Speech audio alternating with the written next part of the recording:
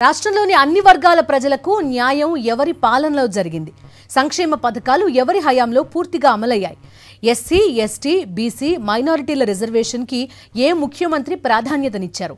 ఏ ప్రభుత్వం మైనారిటీల అభివృద్ధికి కృషి చేసింది? తెలుసుకుందాం పదండి పర్చూరు ప్రజలను అడిగి.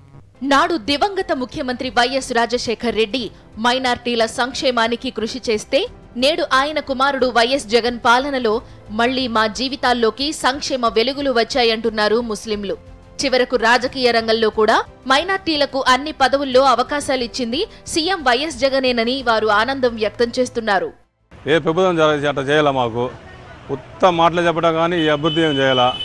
జగన్ వస్తే బాగుంటుంది, మళ్ళీ మనకి బాగా చేశాడు, అభివృద్ధి బాగా చేశాడు.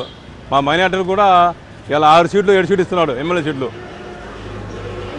చంద్రబాబు గవర్నమెంట్ మాకేం ఇలా రాలా, ఉత్తమ మాటలే, సోది మాటలు తప్పితే ఏం లేదు. మైనార్టీలకి వైఎస్ఆర్ గారు చేసినటువంటి 4% రిజర్వేషను, అదేవిధంగా ఇప్పుడు షాదీ తోఫా అనే పథకం ద్వారా నిరుపేద కుటుంబాలకు జగనన్న ₹1,00,000 వాళ్ళ అకౌంట్లో జమ చేస్తున్నారండి. జగన్ ప్రభుత్వంలో అన్ని సంక్షేమ పథకాలు అందుకుంటున్నామని ముస్లిం మహిళలు చెబుతున్నారు. మహిళా సాధికారత కోసం జరుగుతున్న కృషి వల్ల మేము మా కాళ్లపై నిలబడగలుగుతున్నామని ధీమాతో చెబుతున్నారు. మాకు 1,20,000 దాకా పడ్డాయి సార్. దాని తరపున మా గ్రూప్లో అందరూ చాలా సంతోషంగా ఉన్నారు. దాన్ని బాగా యూజ్ చేసుకుంటున్నారు. మా పిల్లలు చాలా సంతోషంగా ఉన్నారు.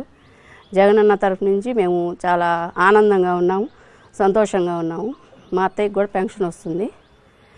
ఇంతకుముందు పంచాయతీ ఆఫీస్ దగ్గరికి వెళ్ళి గంటలు నుంచొని చెట్ల కింద పుట్ల కింద నించునేవాడు సార్.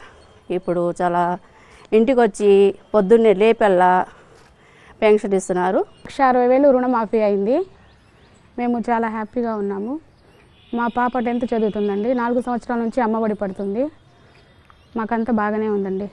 వికలాంగుల అయినందుకు జగన్ ప్రభుత్వంలో ప్రతి నెల ₹3,000 వాలంటరీ వ్యవస్థ 1వ తారీఖే వచ్చి 1వ తారీఖే వచ్చి నాకు పింఛన్ అందిస్తున్నారు. మా వచ్చిన 3,000తో నా కుటుంబ అవసరాలకు ఇబ్బంది లేకుండా వాడుకుంటున్నాము.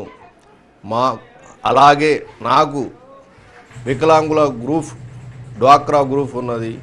దానిలో కూడా ప్రభుత్వ రాయితీ ప్రతి సంవత్సరం వస్తున్నది. అది కూడా నా కుటుంబ అవసరాలకి వాడుకోవడం జరుగుతుంది. ఈ ప్రభుత్వం చాలా సంతోషకరంగా ఉన్నది మా కుటుంబం.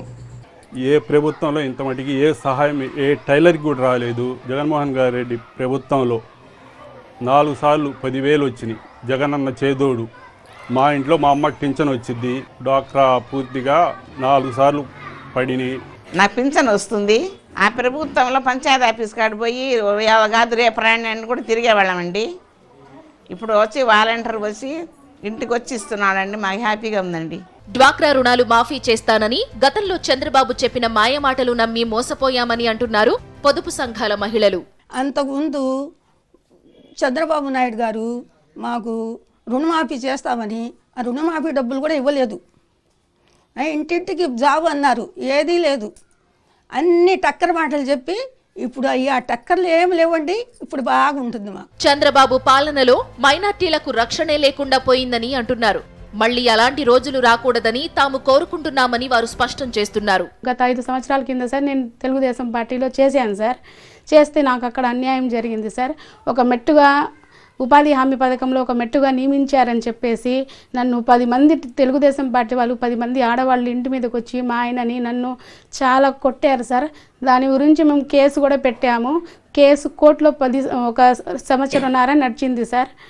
నాకు ఎప్పటికైనా వీళ్ళతో చాలా ఇబ్బందిగా ఉంది. ఇళ్ళ దగ్గర కూడా సార్ మాకు తెలుగుదేశం పార్టీ వాళ్ళు చాలా ఇబ్బంది పెడుతున్నారు సార్. మాకు జగనన్న రావాలి, తెలుగుదేశం పార్టీ అసలు ఎప్పుడూ రాకూడదు, అసలు రాకుండా ఉండాలి సార్. మేము మనస్ఫూర్తిగా కోరుకుంటున్నాము. తెలుగుదేశం పార్టీలో ఉండి నేను చాలా దెబ్బతిన్నాను సార్. మా అభివృద్ధికి కృషి చేస్తోన్న సీఎం వైఎస్ జగన్ కి ఎప్పుడూ రుణపడి ఉంటామన్నారు మైనార్టీలు.